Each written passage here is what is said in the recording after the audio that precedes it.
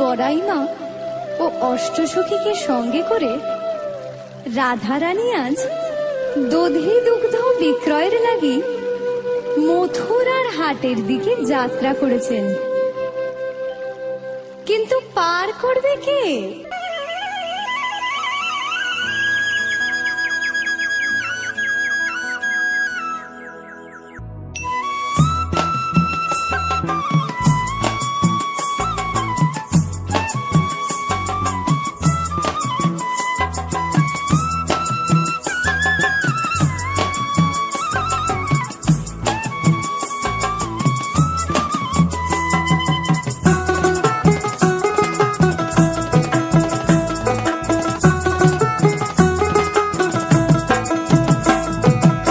গানাবে ডুবু ডুবু পাছানাবে বইস ডোঙায় ডোঙায় চেখম পানি রে।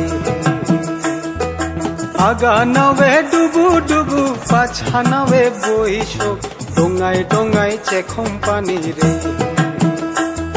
ভাঙা না হয় ঝিঙা না হয় সোনায় রূপায় গড়া রাজার হস্তি পার করিছন রে।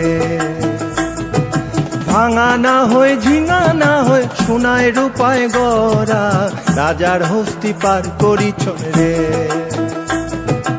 এক সুন্দরী পার করিয়া নিছো না নায়ানা রূপ সুন্দরী পার করিয়া রে। ওই নিছো না নায়ানা রূপ সুন্দরী পার করিয়া রে। আগানাবে ডুবু ডুবু পাছানাবে বইস ডোঙায় ডোঙায় চেখম পানি রে। ডোঙায় ডোঙায় চেখম পানি রে।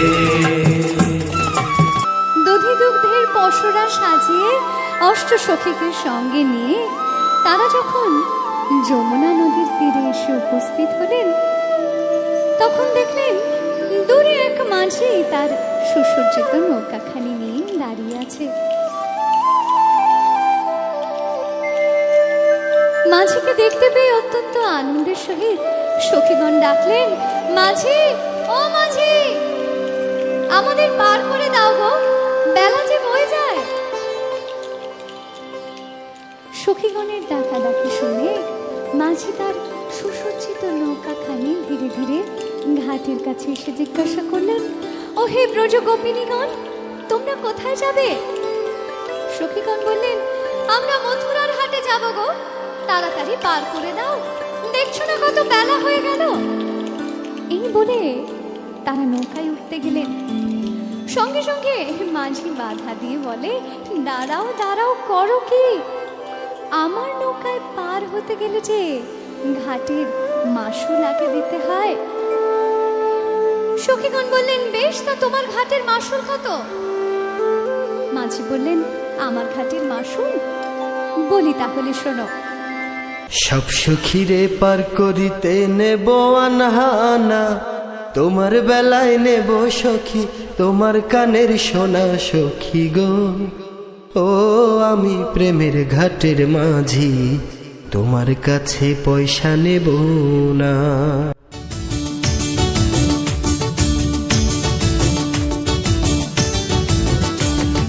সব সখীরে পার করিতে নেব আনানা, তোমার বেলায় নেব সখী তোমার কানের সোনা সখী গো।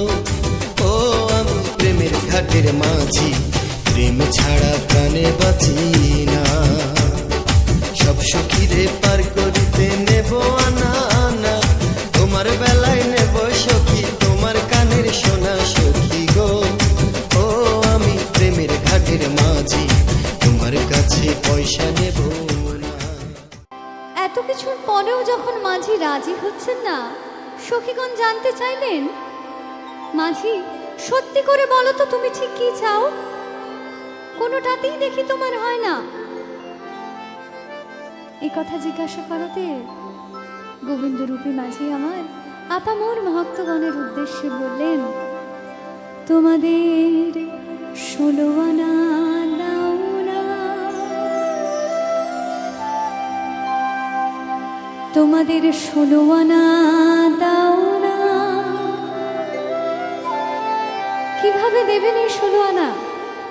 বেশিরভাগ ক্ষেত্রেই আমরা যে কোনো মন্দির বা পুজো অনুষ্ঠানে গিয়ে 1 টাকাকেই 16 আনা বলে গণ্য করি, এবং ওই 1 টাকা বার করেই আমরা চিন্তা করি যে আমরা 16 আনা সমর্পণ করে দিয়ে এলাম। কিন্তু সত্যি কি গোবিন্দ এই 16 আনার কথা বলতে চেয়েছেন? তিনি বললেন, 10-এ 6 যোগ করে 16 আনা দাও না।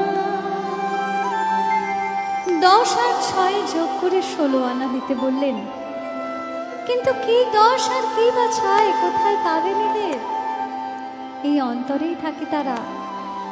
10 ইন্দ্রিয় আর ষড়রিপুকে একত্রিত করে 16 আনা করে সম্পূর্ণভাবে গোবিন্দ চরণে সমর্পণ করলে তবে যে তার করুণা স্বরূপ নৌকায় ঠাঁই পাওয়া যায়।